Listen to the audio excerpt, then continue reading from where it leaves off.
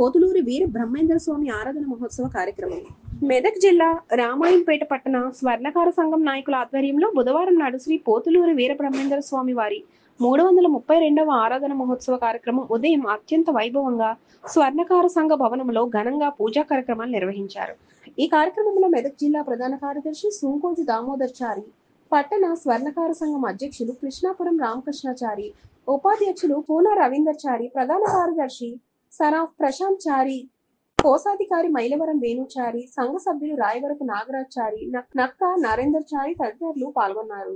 32వ ఆరాధనోత్సవాలు ఘనంగా జరుపుకున్నాము. ప్రతి సంవత్సరం ఇదే విధంగా జరుపుకుంటున్నాము. రాబోయే రోజుల్లో కూడా ఇంకా చాలా ఘనంగా చేస్తాము. మరియు మనం అందరం ఐక్యతనే ఉంటే ఇంకో ఎన్నో కార్యక్రమాలు కూడా సాధించవచ్చు.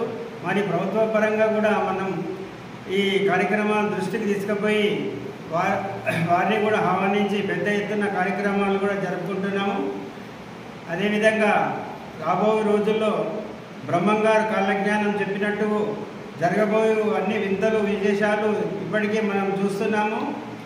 మన బ్రహ్మంగారు వాక్కు కాలజ్ఞానము తప్పు కాదు, అయినా భవిష్యత్తు ఊహించి జరగబోయే కార్యక్రమాలు కూడా ముందే కళ్ళ కట్టినట్టు చెప్పినాడు. ఆ భగవంతుడు మా కులదైవం అయినందుకు మేము ఎంతో గర్వపడుతున్నాము. రాబో రోజుల్లో ఇంకా కార్యక్రమాలు చాలా దిగ్విజయంగా పూర్తి చేసుకుంటున్నానని నేను మనస్ఫూర్తిగా తెలియజేసుకుంటున్నాను. జై బ్రహ్మంగారు. మెదక్ జిల్లా రామాయంపేట పట్టణంలో పట్టణ స్వర్ణకార సంఘం ఆధ్వర్యంలో జరుగుతున్నటువంటి ఈరోజు మరి శ్రీ శ్రీ శ్రీ దైవ సమానులైనటువంటి విశ్వబ్రాహ్మణ జాతికి చెందినటువంటి మరి మహోన్నతమైనటువంటి త్యాగశీలి, మహోన్నతమైనటువంటి వ్యక్తి కాదు, ఆయన భగవత్ స్వరూపుడు 100%. ఇది ప్రపంచవ్యాప్తంగా తెలిసిన ముచ్చటనే. మా జాతీయుడైనటువంటి మా జాతీయుడు అతని జాతిలో మేము పుట్టినందుకు ఈరోజు మేము చాలా గర్వంగా ఫీల్ అవుతున్నాము. పోతులూరి వీర బ్రహ్మేంద్ర స్వామి యొక్క 332వ ఆరాధన కార్యక్రమాన్ని ఈరోజు పట్టణ స్వర్ణకార సంఘ భవనంలో మా అధ్యక్ష కార్యదర్శుల కమిటీ సభ్యుల మేరకు అత్యంత వైభవోపేతంగా వేద మంత్రాలతోటి ఆ భగవంతుడిని మేము పూజించుకుంటూ ఈ కార్యక్రమాన్ని విజయవంతం చేయడం జరిగింది.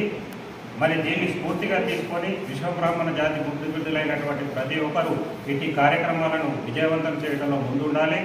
మనం ఎంత పుట్టినాము, ఏ విధంగా పెరుగుతున్నాము, ప్రపంచవ్యాప్తంగా జరుగుతున్నటువంటి సన్నివేశాలకు నిజంగా మరి మహోన్నతమైనటువంటి ఆ పోతులూరి వీర బ్రహ్మేంద్ర స్వామి 332 సంవత్సరాల ఆరాధన కార్యక్రమం అంటే మినిమం 400 సంవత్సరాల క్రితమే ప్రపంచం నలువైపుల గురించి, కేవలం మన జిల్లా కాదు, మన రాష్ట్రం కాదు, మన దేశం కాదు, ప్రపంచం గురించి మరి కాలపత్రాలలో రాసినటువంటి మొత్తం ప్రతి ఒక్కటి జరుగుతున్నట్టు కళ్ళకు అర్థం పట్టినట్టు కనపడుతుంది.